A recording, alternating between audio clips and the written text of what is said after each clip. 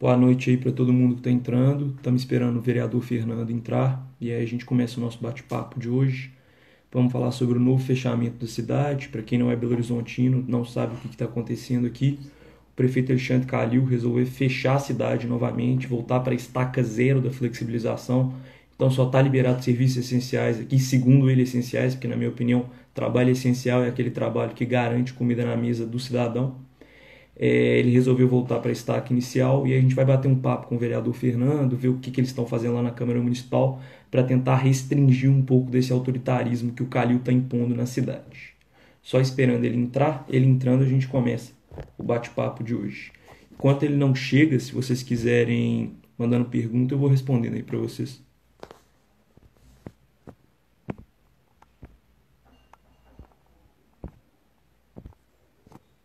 Só aguardando o vereador. Ele entrando, a gente começa o nosso bate-papo de hoje. Boa noite aí para todo mundo que está entrando. É um prazer receber vocês aqui. Estamos com quase 22 pessoas assistindo. Nossa live está tendo em média isso, 20, 25 pessoas. Mas acho que hoje vai dar uma audiência um pouquinho mais legal. Que a gente vai falar de um assunto super importante, que é o novo fechamento aqui da cidade.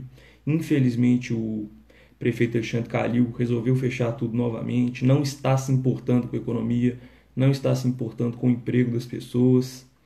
E a gente vai conversar tudo isso com o vereador. Só estou esperando ele entrar aqui. Vou dar um toque nele para ele entrar. E tá tudo bem com vocês? Me mandem perguntas aí enquanto ele não chega. Ele falou que entrar daqui 5 minutinhos, aí eu resolvi abrir a live um pouquinho antes. Só para ir trocando uma ideia com vocês mesmo. Tem muita coisa preocupante acontecendo aqui em Belo Horizonte. Tem os hospitais de campanha não abriram.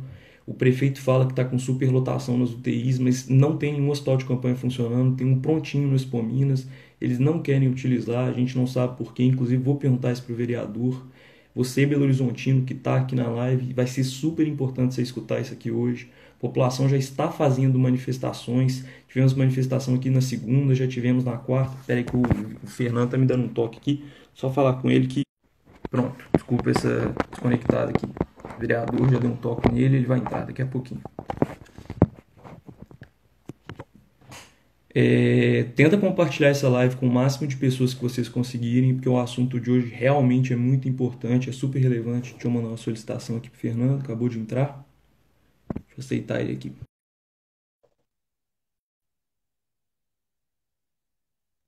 Já mandei a solicitação, só aguardando ele entrar. Boa noite, vereador. Boa noite, querido Bernardo. Tudo bem, querido? Tudo ótimo com o senhor. Estamos bem, graças a Deus. Hoje é um dia bom de trabalho lá na Câmara. Teve Eu até a vi. manifestação do pessoal do comércio, eu acredito que você deve estar acompanhando aí. Nós estamos numa luta, né, para tentar manter o nosso comércio e a nossa economia de pé. Eu vi que conseguiram também aprovar um projeto de lei importante hoje na Câmara para divulgar os dados. Vamos conversar de tudo Sim, isso. esse é Vereador, excelente. primeiramente, é um prazer ter você aqui com a gente para conversar disso, porque realmente é um assunto super importante. Tem muito Belo Horizontino que me pediu para fazer essa live com alguém da Câmara Municipal. Escolhi o senhor porque eu sei que o senhor é um vereador que está focado com a população, está focado nessa reabertura, porque infelizmente o nosso prefeito está esquecendo que a gente tem uma guerra econômica rolando também. Ele fala tanto da Covid, tem hospitais de campanha que não estão abertos, então vamos conversar de tudo isso. Se apresenta aí para o pessoal que não te conhece, acho difícil, porque você é um excelente parlamentar, está sempre presente aí, mas é um prazer receber você. Obrigado, Bernardo. Primeiro, eu queria te elogiar sua iniciativa, seu trabalho, porque esse é um sonho que eu tenho. Ajudar a próxima geração de pessoas que vão governar esse país. Esse é um dos sonhos que eu tenho. Eu sou advogado, eu sou administrador de empresas, eu estudei fora do Brasil, fiquei 6 anos fora trabalhando em organizações internacionais, principalmente na área de defesa das pessoas, né, de direitos humanos. São pessoas que são perseguidas, principalmente em países muçulmanos e comunistas. E trabalhei também com alfabetização de adultos, educação infantil, pré-escola, desenvolvimento comunitário em 26 países. Tive algumas experiências assim de vida muito bacanas.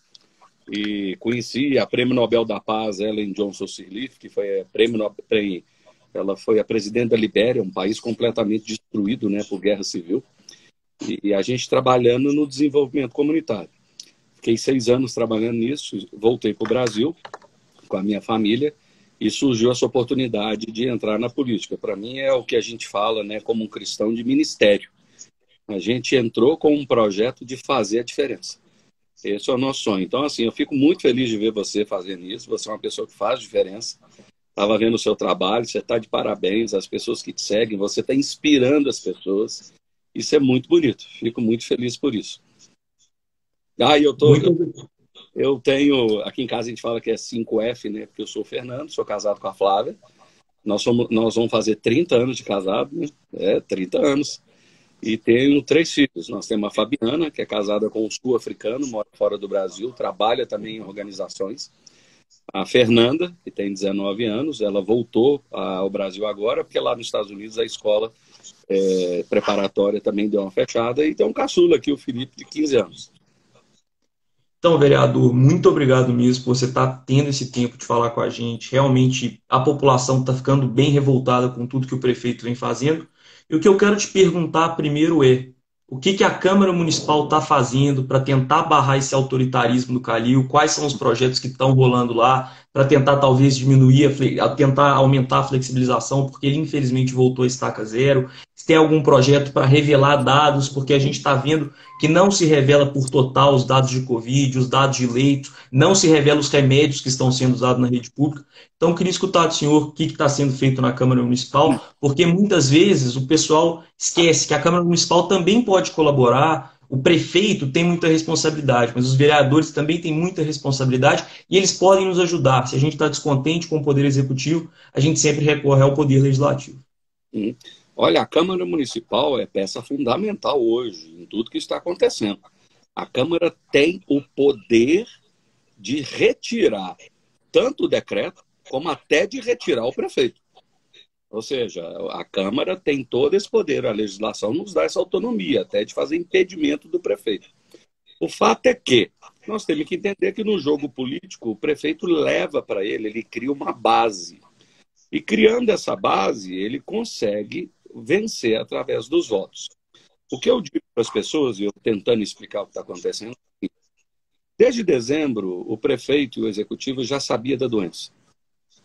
Desde o início de janeiro, o próprio prefeito e o secretário de saúde disse que já existia um grupo de trabalho com relação ao problema do coronavírus. E em fevereiro, o nosso prefeito bancou o carnaval. Então, 5 milhões de pessoas, são os números que eles passaram, né, oficial, 5 milhões de pessoas vieram a Belo Horizonte e pessoas foram contaminadas aqui e pessoas trouxeram a contaminação. E aí, o carnaval ele foi temporão, ele acabou por volta do dia 10, dia 12. No dia 14 já apareceu o primeiro caso. Só que você tem que entender que o tempo da incubação pode ser de 10 até 15 dias, mas vamos botar que seja 12. Se a pessoa foi internada dia 14, possivelmente no final de fevereiro, início de março, já começou a contaminação explodir em Belo Horizonte. O que ele fez? Aí é um erro crasso que o nosso executivo fez. O boletim epidemiológico número 8 do Ministério da Saúde, ele diz e ele explica sobre o isolamento. O isolamento é uma ferramenta. O isolamento não faz o vírus ir embora. Entendeu o que eu estou dizendo? Ele não acaba, isolamento não mata. Isolamento não faz o vírus ir embora, nem tirar férias. Nós temos hoje no Brasil, todos os anos, vacina para influenza. Nós temos vacinas de outros vírus. O que acontece? O isolamento tem por objetivo simplesmente ganhar tempo. Ganha-se tempo, evitando que as pessoas se aglomerem, diminuindo a velocidade da contaminação, para que o governo tenha tempo de criar uma estrutura de saúde que possa cuidar da população. Então, o que a gente fala aqui de estrutura de saúde seria os respiradores, equipes médicas, EPIs, que são equipamentos de proteção individuais, o recurso humano que trabalha na saúde, médicos, enfermeiros, motoristas de ambulância, as pessoas que trabalham na área da saúde. E testes laboratoriais. Esse é o ponto. O que acontece é que no momento que ele fechou a cidade, a partir de março, todo mundo ficou assim, não, nós temos uma parcela de luta, nós queremos todos lutar. contra o coronavírus. Vamos lutar, vamos preservar a nossa cidade, vamos preservar a nossa população, principalmente a população de risco, que são os idosos, são as pessoas que têm problemas cardíacos, diabetes, pressão alta. É o que a gente chama de população de risco. E não deixar a nossa economia quebrar. Aí o que aconteceu? Todo mundo fez o sacrifício que deveria fazer.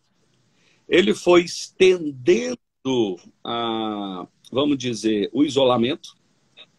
Estendendo o isolamento, toda a população e a área econômica da cidade sofreu.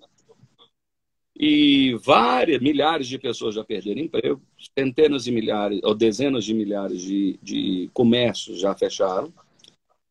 E agora que veio o pico, ele já não sabe o que fazer. Nós estamos numa situação complicadíssima. Principalmente que nós estamos agora numa encruzilhada. Hoje, se aumentar o problema, nós não temos leito, porque ele não preparou a cidade. O próprio, você já deve ter assistido aí meus vídeos, né, que eu encaminho para as pessoas, o próprio secretário disse numa entrevista que nós tínhamos 800 leitos entre os UTI e enfermaria, mas estavam prontos para poder chegar a 2.400 leitos, triplicar. E ainda fizeram, né? Ainda deram uma zoada no governo estadual, dizendo que eles tinham mais leitos do que o próprio governo do estado no hospital de campanha. E agora nós estamos nessa situação que nós estamos descobrindo que eles não têm os leitos. E aí, hoje, o que fazer? Então, deixa você ir perguntando, que eu vou explicando tudo. Senão, daqui a pouco fica um monólogo. Olha eu que falo. Tranquilo. Eu vi uma declaração hoje do Calil que me chamou muita atenção. O Calil falou hoje que o carnaval de 2021 é impensável. E aí fica o questionamento: por que ele não falou isso no início do ano? Quando ele viu que a situação ia se complicar, ele devia ter pensado mais na população. Eu acho que ele olhou muito para o bolso, olhou que a economia ia girar, só que ele ia esquecer que a economia está parada faz mais de 100 dias. Nós somos uma das únicas cidades no Brasil que estamos há mais de 100 dias em isolamento, num fechamento que aconteceu uma leve flexibilização, mas uma flexibilização também não pensada, porque ele resolveu abrir o shopping popular, o Oiapoque, e não abriu, por exemplo, a Galeria do Ouvidor, que muita gente vive de aluguel, e é uma fonte de renda econômica, de giro econômico importantíssima na nossa cidade. Resolveu não abrir outros shoppings populares, resolveu não abrir os próprios shopping centers, que conseguem evitar uma aglomeração até menor do que o Shopping Oi causou na abertura. Eu vi fotos do Shopping Oi, não era respeitado o distanciamento de 1,5 m, pessoas não... Então, realmente foi uma irresponsabilidade da parte do executivo do nosso país. E aí o que eu te pergunto agora é, nós sabemos que temos um hospital de campanha pronto no Expo Minas, só que o prefeito não quer abrir. A Câmara Municipal consegue impor a abertura desse hospital de campanha? Bom, deixa eu esclarecer alguns fatos. O hospital de campanha na Gameleira é do Estado, não é da Prefeitura. Então, vamos começar por aí. Mas o prefeito prometeu que ele teria um hospital de campanha. Depois ele fez entrevista dizendo, o próprio secretário, eu acho que foi até inteligente eles pensar, nós não queremos fazer um hospital de campanha.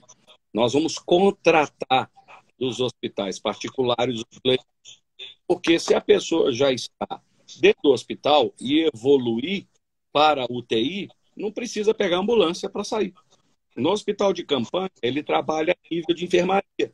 Ele não tem UTI. Então, as pessoas são levadas para o hospital de campanha para poder fazer os primeiros tratamentos. E se evoluir, vai para a UTI, mas não é dentro do hospital de campanha. Então, o hospital de campanha da Gameleira não é da Prefeitura, ele é do Estado. Eu estive há pouco tempo com o Matheus Simões, que é o secretário praticamente do governador Zema. Eles estão contratando 70 leitos dos hospitais e devem abrir agora o hospital de campanha semana que vem ou na próxima. E o hospital de campanha vai servir os belo-horizontinos, pelo que a gente está observando. Também. O hospital é do Estado e normalmente devem ter muitas pessoas do interior. Mas vai atender a população de Belo Horizonte, claro. E vocês têm acesso ao que o Alexandre Calil fez com os mais de 286 milhões que ele recebeu da União? Vocês têm acesso a esses números? A Câmara Municipal tem? Porque se esse hospital de campanha é do Estado, não foi construído pelo Calil, a gente não viu ele fazer nenhum hospital de campanha. Onde está esses 286 milhões que em 100 dias não apareceu para a população? Essa é a minha grande briga, vamos dizer assim, com o nosso prefeito. O nosso prefeito é antidemocrático. O nosso prefeito não respeita a lei.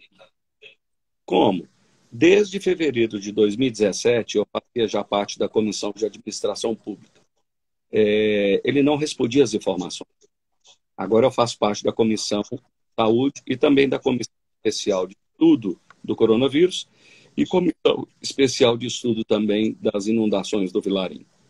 O que acontece é o seguinte, nós já temos mais de 306 informações catadas pela Prefeitura dos últimos 3 anos, e só esse ano, na Comissão Especial do Coronavírus, 60 pedidos de informações ele não responde. Então, todas as informações que nós precisamos, vereador, para poder investigar o Executivo, ele não responde. Isso se chama crime de responsabilidade, isso se chama improbidade. Então, eu entrei desde março, eu entrei no Ministério Público Estadual, no Tribunal de Contas, no Ministério Público Federal, porque a verba é federal, fiz a denúncia na Polícia Federal sobre as máquinas que eles fizeram sem licitação, porque no estado de calamidade ele pode fazer sem licitação, e com isso ele adquiriu 2 milhões de máscaras, ele comprou 100 mil por R$ 1,99 e depois comprou vários lotes, chegando até 630 mil máscaras a R$ 3,88. A lógica é, se você compra uma quantidade maior, você tem um preço menor. A lógica do Calil, quanto mais você comprar, mais caro fica. Então, aí eu fiz esse protocolo de denúncia na Polícia Federal, estamos aguardando, já fiz agora na Ouvidoria do Estado, né?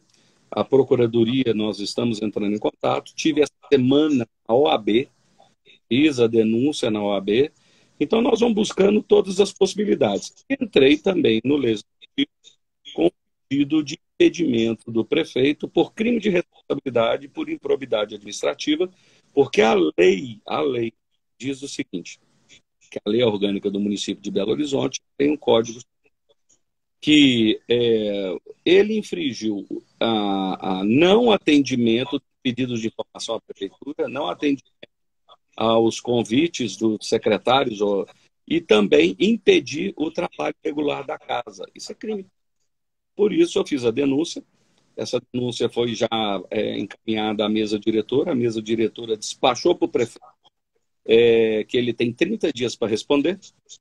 Só que como existe uma base de governo, eles vão fazer o que pode para atrapalhar o trâmite da documentação. Igual nós entramos, eu e Gabriel Azevedo, com uma...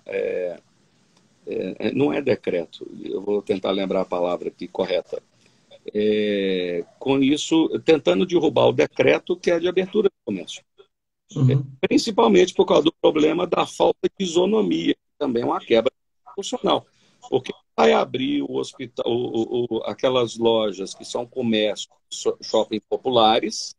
É tão interessante que o decreto que ele foi tão corrupto, me desculpe a palavra, mas foi tão corrupto e tão descarado o rolo, que eles fizeram assim uma especificidade. Pode abrir o comércio, mas não são todos, tem que ser o comércio popular. Pode abrir todos os comércios populares, mas não pode ser todos, porque tem que ser o que retirou ambulância de rua. Pode ser todos os shoppings populares com ambulância de rua, desde que tenha operação urbana. Pode ser todos os populares que tirou ambulante da rua com operação urbana somente no centro da cidade em Venda Nova. Foi tão específico, que a gente sabe que houve corrupção. Alguém ganhou dinheiro com isso. Não tem lógica. E aí eu fiz as denúncias, que talvez você deve ter acompanhado, a denúncia primeiro na porta do Chavante, porque ao lado do shopping Chavante tem um outro shopping chamado A Popular, que tem o mesmo código de licenciamento econômico, um do outro, e não pode abrir. E recebi a denúncia do shopping popular do Barreiro, que foi feito por operação urbana, foi feito para retirar os ambulantes também da rua, e que o aluguel é 10 vezes mais barato que no Shopping Oi. No Shopping Oi paga 3, 4, 5 mil reais, E no shopping popular do Barreiro faz 300, 400 reais. Então a gente vê que foi deslavada os atos de corrupção nisso aí. Só que todos os pedidos de informação que a gente tem não são atendidos, então a gente não consegue investigar. Um exemplo que aconteceu agora com esse tanto de barreiras físicas que fizeram nas praças. Então, são milhões que estão indo para o bolso de algum empresário, deve ser conhecido dele, pode ter certeza, e que é dinheiro que era para estar na saúde. É verdade. Então, essa é a verdade que nós estamos vendo. As praças, para quem não é de Belo Horizonte, eu não vi se aconteceu em outras cidades, mas todas as praças aqui da cidade estão cercadas. Igual o vereador falou, realmente tem gente por trás disso, algum empresário que ele conhece. E a história dos shoppings populares também é muito estranha, porque foi tão específico, igual o vereador citou, que com certeza tinha alguém por trás, com certeza tinha dinheiro envolvido por trás. Agora, vereador, eu quero te fazer uma pergunta muito importante. Tem alguma solução? O que a Câmara Municipal... Eu sei que a Câmara Municipal está tentando derrubar o decreto, a Câmara Municipal está pedindo auditoria fiscal de tudo que o Calil está fazendo, mas o que a população pode esperar? Porque eu vi alguns relatos do Calil hoje, algumas declarações que ele deu, e ele novamente ressaltou, ele ainda pensa na possibilidade do lockdown. A gente está na fase zero, mas o lockdown nos trancaria em casa. Além de fechar nosso comércio, ia tirar nossa liberdade de ir e vir. Então, a Câmara Municipal vai conseguir barrar esse lockdown se acontecer? Olha, isso já está acontecendo, só que como a Câmara é um processo democrático, e o processo democrático também ele é burocrático, o que eu vejo hoje de solução? Número 1, nós temos que aumentar o atendimento de saúde à população. Né? A Câmara, nós temos que lutar para que haja mais pressão no Executivo, que aumente o número de leitos e o número de respiradores e equipar isso. Número 2, ele precisa fazer testagem na cidade para que ele possa, talvez, dizer assim, o Barreiro pode abrir, porque lá o índice de contaminação é pequeno. Venda Nova, nós vamos ter que fechar, porque Venda Nova o índice de contaminação explodiu. Como nós não temos testagem, não dá para eu te dizer aonde está tendo mais ou menos contaminação. Então, nós poderíamos mexer por setores, nós poderíamos aliviar partes da cidade, porque é uma cidade de 3 milhões de pessoas. Se eu conseguir abrir 1,5 milhão, já diminui o problema, já diminui o sofrimento, já diminui o preço alto que a população está passando. Então, melhorar a estrutura, fazer testes e, principalmente, que é agora que nós estamos brigando, a minha comissão especial de estudo do coronavírus. Nós precisamos pressionar a prefeitura para sair da briga política que eles criaram de não utilização de protocolos de remédios. Nós precisamos, a pessoa começou a ter um sintoma, ele precisa tomar uma ivermectina. Ele começou a piorar, ele pode pular para cloroquina. Existem remédios que funcionam, nós estamos cansados de ver casos. O vereador Jair de Gregório, que trabalha com a gente, ele chegou a ter os pulmões comprometidos. E ele tomou cloroquina e está trabalhando.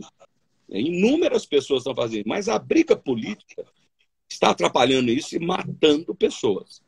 Hoje, qualquer barreira que nós temos sanitária, como em alguns lugares em Roraima, Rondônia, o Pará, na Amazônia, lá em Manaus, eles pegam as pessoas na barreira física, faz a medição talvez ali de temperatura, faz a medição às vezes de teste para ver se a pessoa está ou não com a doença, né, com o vírus, e dá o kit do remédio. Se nós começarmos a dar o kit de remédio dentro de uma semana, os índices de necessidade de usar os leitos vai cair. Baixando os índices, nós podemos abrir o mercado. Verdade. Nós temos que correr atrás disso. O nosso discurso é: precisamos abrir. Por quê? Essa economia quebrar vai sofrer muito mais gente. E nós já pedimos informações e eles não passam. Em Belo Horizonte, quase 6 mil pessoas já morreram do início do ano até agora. Isso tudo é relato dos cartórios de registro de óbitos. Quantos já morreram por suicídio? Eu acredito que pode ser até mais do que as pessoas que morreram de Covid. Porque o desespero está aumentando. Nós estamos vendo a depressão, a explosão do consumo de drogas, a violência em casa contra a mulher, a violência e abuso sexual de crianças. Isso tudo está crescendo. E isso está afetando a vida a médio e longo prazo de toda a população e que nós vamos colher, infelizmente, essa maldição. Nós, como um bom cristão, a gente fala, nós temos que orar, rezar, para que isso não continue do jeito que está, porque a consequência nos próximos meses é pior que o coronavírus. Não, eu vi um negócio super interessante, justamente para reiterar seu ponto, para melhorar seu ponto. O Ministério da Saúde nos alerta toda hora. A economia é um dos dados mais importantes para ver como está a saúde no nosso país. Se a economia está lá embaixo, outras doenças tendem a aparecer, o suicídio aumenta, a depressão aumenta. Igual o senhor disse, os casos de violência com a mulher no Brasil cresceram quase 50% durante a quarentena. Então a gente não pode esquecer, a Covid-19 é uma doença séria sim, ninguém está Claro. menosprezando ela, a gente não está falando, pô, vamos deixar de lado, segue a vida, sem restrições, mesmo que seja álcool gel, manter o distanciamento nas lojas, mas as pessoas esquecem, existem outras doenças no mundo e a economia em queda é uma das doenças mais perigosas que a gente tem. A economia pode ser sim uma pandemia, porque o fechamento de um comércio pode resultar num pai de família que vai perder seu emprego, que não vai conseguir colocar comida na mesa para o seu filho, aí esse filho vai ter que trabalhar, vai abandonar a educação, que é o que a gente defende, é a educação básica, a gente quer ver as crianças nas escolas, a gente quer ver uma educação de qualidade, então vira um efeito cadeia. E infelizmente, se a gente não voltar a abrir as coisas, se não voltar para a fase 2, fase 3, eu não estou aqui defendendo ainda, por exemplo, a abertura de escola. Eu sou a favor de abertura de escola, com algumas medidas de restrição, mesmo que seja com 50%, 30%, 40% de capacidade, mas se não começar a voltar as coisas aos poucos, o nosso país, o nosso estado, o nosso município tende a cair muito.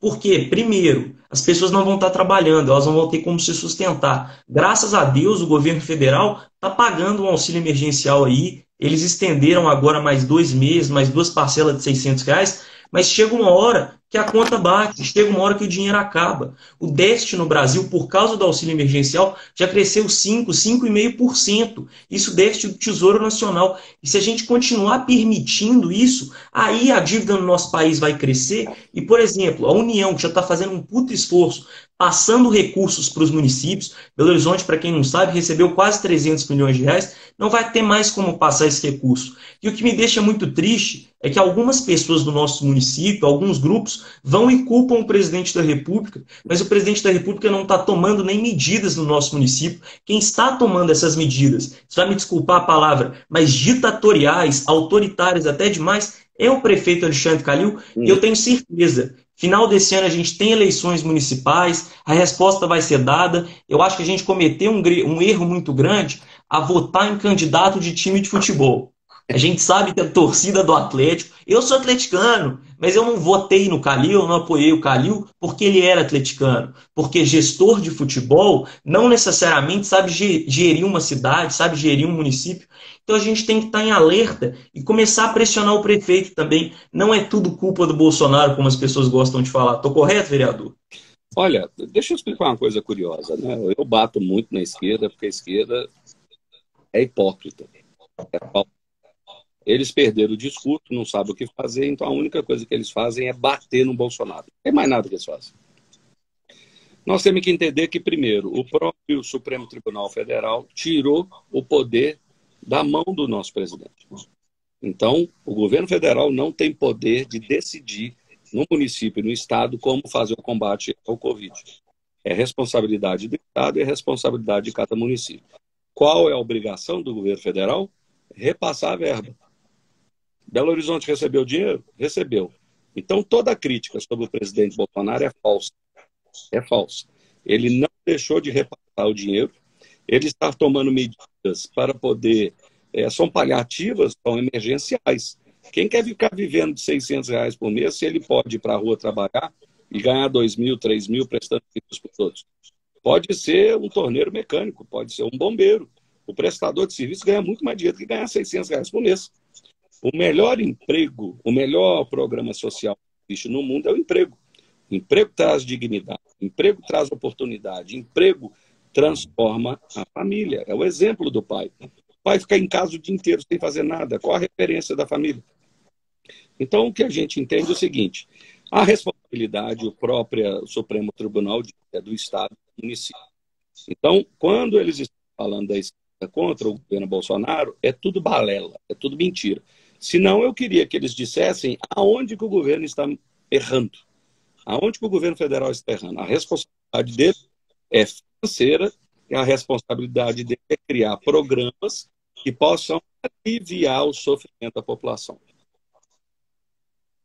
Tem quase 1 trilhão, eu cheguei a ver esse número, o Paulo Guedes disse na live de quinta-feira, tem quase 1 trilhão sendo investido no combate ao coronavírus. Então eu realmente concordo com tudo que você falou. A esquerda é hipócrita, porque eles só sabem bater no Bolsonaro e não conseguem apresentar soluções. Não sei Nenhuma como tá, não sei como tá os psolistas, os petistas na Câmara Municipal, mas pelo que eu estou vendo, eles não estão se mexendo também, não estão apresentando propostas para melhorar a qualidade de vida do Belo Horizontino, para melhorar o combate à Covid. E agora, vereador, eu estou vendo que tem muita gente perguntando aqui, e eu acho que é super importante destacar, e eu quero saber sua opinião. Essa questão do futebol ter sido liberado, se o treinamento do Cruzeiro está funcionando, e a posse do TJ, que vai ter no Palácio das Artes para 200 pessoas. Eu quero saber a sua opinião, porque eu achei uma hipocrisia. Gente não pode trabalhar, ficar em casa, mas está liberado posse no TJ, está liberado treinar futebol. Aí que eu não entendo. Os trabalhos essenciais são aqueles que garantem a comida para a família, são aqueles que garantem a renda mensal. Mas aí eu não entendi essa hipocrisia. Eu gostaria de saber a sua opinião, vereador. Bom, nós já aprendemos uma frase muito interessante que diz o seguinte: aos amigos tudo, aos inimigos o rigor da lei. Então, se fosse para seguir o rigor da lei, por que que o tribunal vai fazer um evento? Né? Se for seguir o rigor da lei, por que que o esporte está podendo? Então, isso não existe isonomia. A Constituição prevê a isonomia. E só retornando mais ou menos, você comentou aí sobre a esquerda hipócrita, eu vejo eles baterem muitos empresários. Empresários, vocês estão menos preocupados com a vida e estão mais preocupados com o empresário ganhar dinheiro. A esquerda é tão falsa, tão hipócrita, que eles não falam dos milhares de empregos que as pessoas estão perdendo. Gente, você pode fechar a empresa do empresário, mas o empresário precisa de empregado. E empregado vai ter emprego. Então é uma hipocrisia o que eles falam. O que eles tentam fazer é dizer, né, e criar um discurso hipócrita de vamos aumentar a responsabilidade do Estado, o Estado tem que ser a mãe de todo mundo, então tem que dar dinheiro para todo mundo. Mas o dinheiro que existe no Estado, as pessoas têm que entender, o Estado não produz nada, ele não produz riqueza, ele não compra, não vende, não troca, não tem empreendedorismo no Estado. O Estado administra os impostos da população. Então, é importante entender que o Estado que vai tomar conta de todo mundo, quando o Estado é grande demais de tomar conta, ele é grande demais para tirar tudo. Então, é por isso que nós somos contra esse tipo de coisa. Que foi que a Rússia aconteceu, a Angola aconteceu, a Cuba, Coreia do Norte, e a Venezuela está acabando agora. A Venezuela foi privatizando, estatizando tudo. Estatiza o petróleo, estatiza empresas. O que aconteceu? Foram só colocando gente para dar emprego, emprego, emprego. Um dia a Venezuela viu que a coisa que sobrou para eles era a riqueza mineral, o petróleo, e o petróleo está acabando, o país está acabando. Então a exploração simplesmente dos recursos do país não vai sustentar a população. Nós temos que ter inovação, nós temos que ter empreendedorismo, nós temos que olhar como valorizar o empreendedor, aquela pessoa que arrisca, aquela pessoa que gera emprego, gera riqueza, é aquele que acorda de madrugada, vai correr no Ceasa com um caminhão. Por exemplo, que eu já tive sacola, padaria, açougue, supermercado, mexido com confecção, mexido com tudo.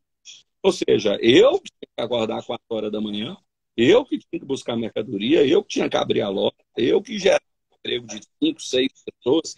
No dia que eu falei, cansei, o que aconteceu? As pessoas perderam emprego. Então, nós estamos vendo hoje vários empresários desesperados. Nós acabamos de sair da reunião da Câmara com o vice-presidente do CDL de Belo Horizonte, o presidente de uma associação dos artistas do centro da cidade, né? E também um representante de outros comércios, principalmente Barro Preto. Está todo mundo desesperado.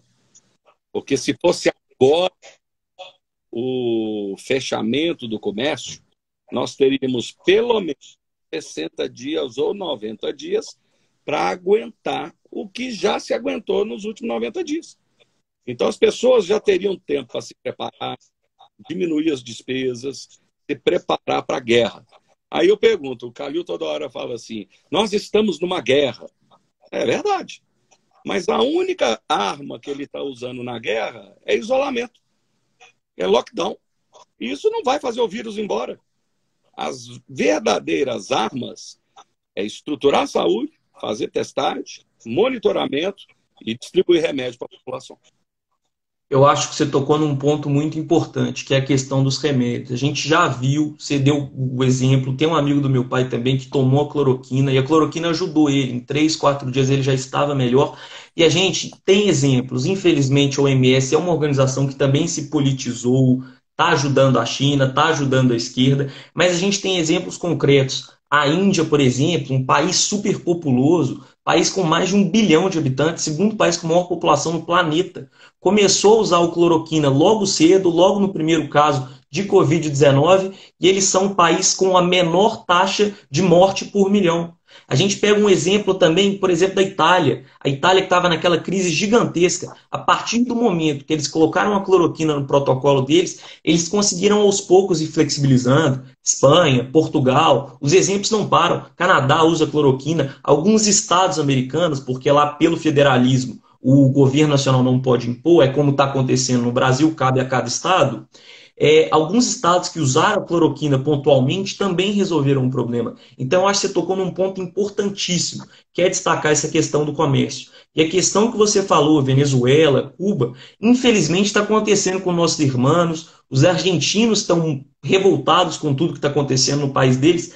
Eu vi um negócio incrível sábado, as pessoas estavam falando nas ruas que na próxima eleição delas, elas queriam um Bolsonaro na Argentina.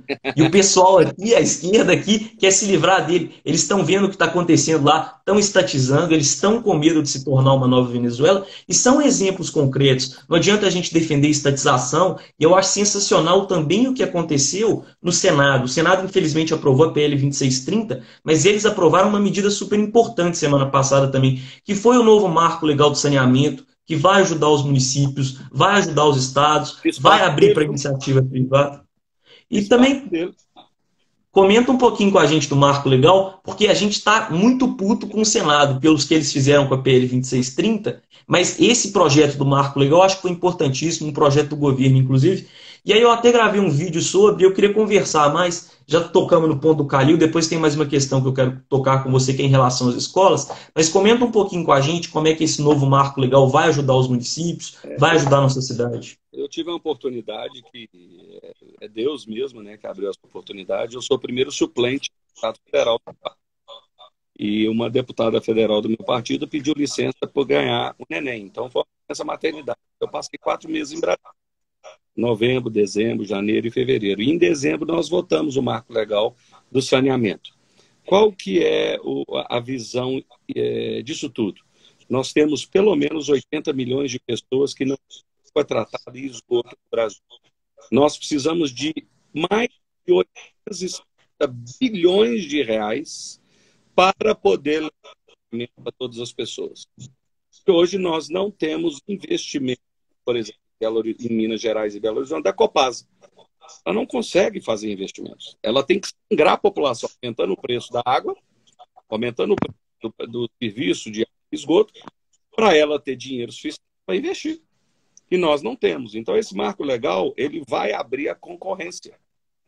Igual nós temos hoje, eu lembro uns anos atrás, quando a Embratel ela estava para ser privatizada, o tema principalmente de telefonia celular. E aí o pessoal que trabalhava na Embratel, né, principalmente os sindicatos, levantaram a ideia que não podia privatizar, que aquilo seria prejuízo para o Brasil, que o Brasil iria investir naquele ano 12 bilhões de reais. Bom, privatizou o setor, hoje nós temos Claro, Oi, que mais aí? Claro, Oi, TIM. TIM e outras empresas em outras cidades já investiram mais de 500 bilhões de reais no setor. Quer comparar 500 bilhões com 12 bi? Não tem comparação. Quer comparar, acho que na época era 70, 80, 90 mil linhas de celular com acho que 200 e... Já se passou, né? Nós temos mais de uma linha e meia por pessoa hoje. Tem mais de 300 milhões de linhas de telefone. Então é a mesma coisa que vai acontecer no saneamento básico. Nós vamos ter várias empresas oferecendo serviços a custos de concorrência. Vai ter concorrência no mercado. E isso vai poder levar a toda a população brasileira o saneamento básico. É maravilhoso isso. Eu tenho certeza que vai contribuir demais com o município também. Tem algumas áreas aqui que a gente não tem uma rede de esgoto, e eu tenho certeza que isso vai ajudar muito, porque a gente sabe que a iniciativa privada é 10 vezes melhor que a iniciativa estatal. Não tem um caminho para corrupção, não tem um caminho para o desvio de dinheiro, porque lá eles estão interessados também em ganhar dinheiro. Lá eles não usam no dinheiro público e não colocam nos bolsos, porque afinal são todos empregados de uma iniciativa privada. Não, O último ponto o que acontece hoje? O monopólio beneficia alguns e vira cabide de emprego, né? Então vamos pensar o cabide de emprego que está hoje na CEMIG Copasa. Ninguém fala, mas é uma verdade. Vereador, vou tocar no último ponto com você. Daqui a pouco o Instagram já até me mandou uma notificação, daqui 15 minutos encerra a live. Eu quero conversar com você do Escola Sem Partido. Eu estou vendo que na Câmara Municipal foi um projeto super importante, estava em tramitação, e eu acho que a gente tem que fazer um alerta, porque agora no EAD, no ensino à distância, eu já vi acontecer na minha escola e estou vendo acontecer, infelizmente, na rede pública. Os professores estão usando desse momento para passarem textos contra o governo. Vou dar um exemplo que aconteceu comigo. Minha professora de produção de texto colocou um texto para a gente ler que falava que o presidente Bolsonaro é nazista e fascista. Ela queria ensinar isso para a gente. Tem que mandar isso para mim para denunciar, porque eu denuncio tudo. Não, eu vou te mandar, pode deixar. E aí eu queria que você comentasse como é que o Escola Sem Partido pode agir nesse momento de ensino à distância, porque a gente está vendo que já era muito ruim, está piorando, que é a doutrinação no que a gente mais precisa, que é a educação básica, que é a educação fundamental, é que de onde começa toda a educação no nosso país. Uhum. Olha, o Escola Sem Partido ele é um projeto que, número um, ele não cria direito nenhum novo. Todos os direitos que o Escola Sem Partido luta e trabalha são os direitos constitucionais e também direitos, por exemplo, do Pacto São José da Costa Rica, que diz que é direito dos pais à educação religiosa e moral dos seus filhos. Então, o projeto Escola Sem Partido não cria nenhum direito novo. Também, o Escola Sem Partido não cria nenhuma obrigação nova para o professor. Nada. O professor não é obrigado a fazer nada. Ele pode continuar na aula dele, ele tem liberdade de cátedra, ele tem liberdade de opinião, igual esse professor seu fez. Agora, o que o Escola Sem Partido faz? Ele coloca na sala de aula um cartaz que explica a você os seus direitos. Então, o Bernardo tem o direito que o professor não use o tempo da aula, que é o tempo cativo, para poder doutrinar os alunos de política partidária e ideológica. O Bernardo tem o direito que o professor respeite a sua opinião. O Bernardo tem o direito que o professor não mobilize o Bernardo para ir para a rua manifestar contra alguém. O Bernardo tem o direito que o professor e os outros colegas respeitem a sua opinião e a sua moralidade. Mais nada. O projeto Escola Sem Partido não é lei da mordaça, não é lei que eles estão dizendo, porque isso tudo são argumentos que a esquerda usa para rotular. Então, o projeto Escola Sem Partido, ele é lei da mordaça. O projeto que eu criei em Belo Horizonte, que é a gente chama de Bloco do Respeito, é o projeto do fundamentalismo. Eles vão usando nomes para tentar nos atacar. E o projeto Escola Sem Partido, ele protege o direito dos pais e protege o direito dos alunos. É muito difícil você chegar para um aluno e dizer para ele que o princípio constitucional da pessoalidade. Talvez algumas pessoas saibam o que é impessoalidade, mas as pessoas não conseguem compreender a profundidade que é o direito e a regra da impessoalidade. Ou seja, o funcionário público não pode utilizar o cargo dele para benefício próprio. Ele tem que ser impessoal. O Estado é laico, ele não é ateu. O Estado é neutro. O Estado é isento. O professor, que é representante do Estado, tem que ser isento, tem que ser neutro. Esse professor seu, a sua professora, não foi isenta, ela foi partidária. E a Lei Escola Sem Partido diz que vai colocar um cartaz na sua sala e dizer para você, Bernardo, o que essa professora está fazendo é doutrinação. Então a linguagem fica mais simples. O princípio da impessoalidade a pessoa não entende, mas ele entende que o professor não pode doutrinar você. Por quê? Porque o professor tem que seguir o princípio constitucional da impessoalidade. Então, o que o Escola Sem Partido faz é traduzir numa linguagem mais simples os direitos que as pessoas têm. E por isso que eles morrem de medo da gente. Por isso que eles odeiam esse trabalho. Por quê? Porque os alunos, a população, as famílias, estão acordando e vendo que a maioria desses professores não são professores, são militantes. O professor, o grande mestre, quer contribuir com você para que você desenvolva o seu próprio raciocínio, sua própria razão, a sua pessoalidade, a sua opinião e lute pelos seus direitos. Esse é o verdadeiro professor que nós amamos e queremos valorizar. Eu tive morando nos Estados Unidos ano passado e eu vi um negócio sensacional lá, que eu acho que a gente deveria talvez colocar no Brasil, que justamente é isso, para você saber formar sua opinião, para você saber o que é política. Lá a gente tinha, de 15 em 15 dias, uma aula chamada política. Não era uma aula para doutrinar, não era uma aula para falar você tem que ser democrata, você tem que ser republicano, nada disso. Era uma aula para ensinar o que um deputado estadual faz, o que um vereador faz, o que um prefeito faz, o que é a função do presidente, o que ele pode fazer, o que ele não pode fazer. E eu acho que talvez isso falte no Brasil. Muita gente, às vezes, não tem noção que o legislador, o parlamentar, também é importantíssimo para a nossa instituição democrática, para a nossa roda democrática girar. Às vezes a responsabilidade cai muito em cima do executivo. Eu já vi coisas tão absurdas acontecendo no legislativo, sei que essa realidade está mudando. 2016 começou a mudança, 2018 a mudança vem ocorrendo. Eu tenho certeza que agora, nesse ano eleitoral e 2022, essa realidade vai ter mudado muito e positivamente. Eu já vi gente indo votar em 2018 mesmo, achou uns panfletos na rua de alguns deputados, pegou o número e votou, porque não sabia número de parlamentar.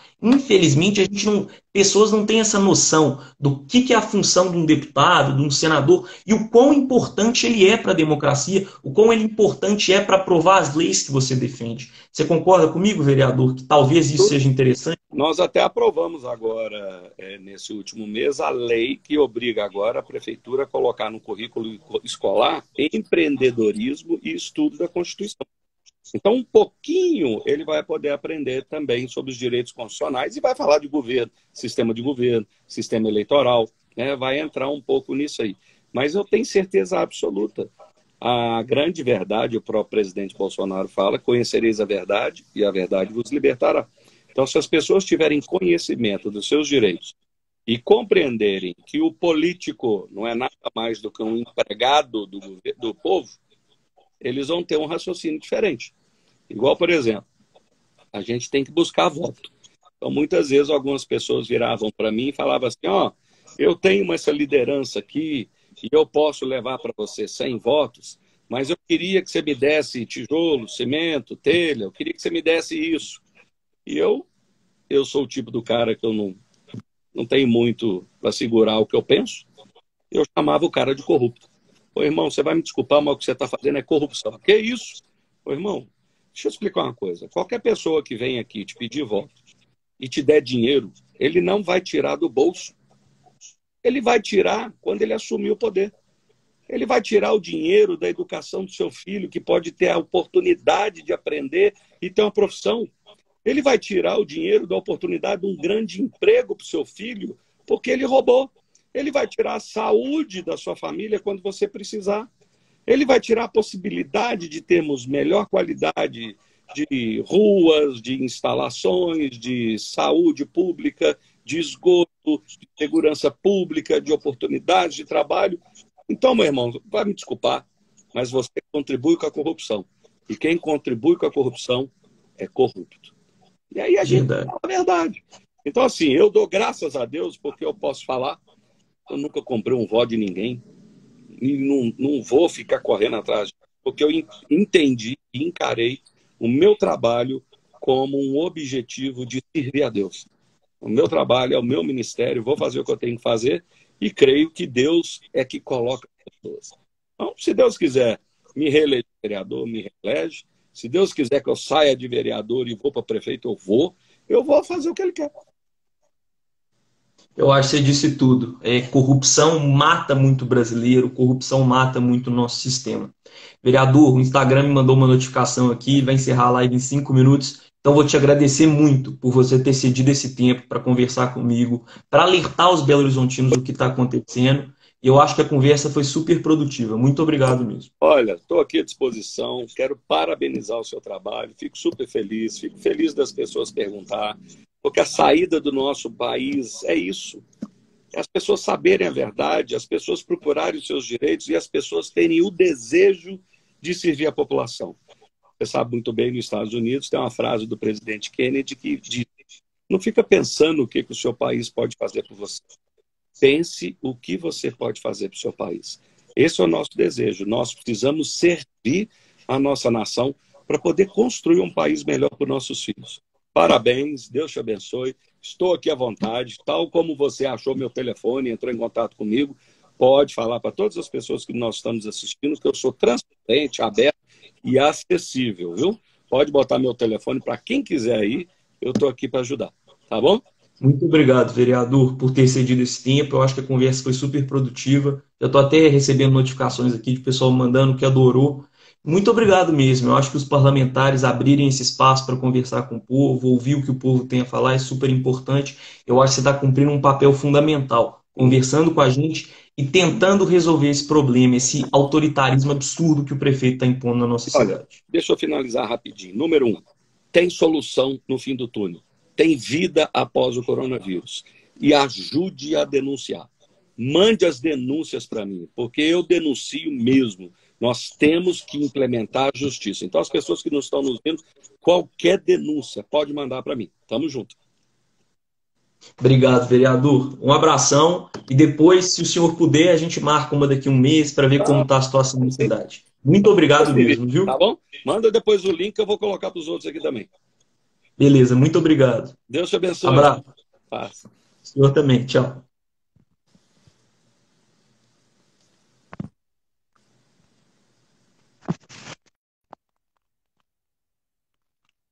Muito obrigado aí para quem assistiu a live. Vou encerrar ela aqui, vou deixar ela salva no IGTV para quem quiser assistir depois. Batemos quase 40 pessoas ao mesmo tempo.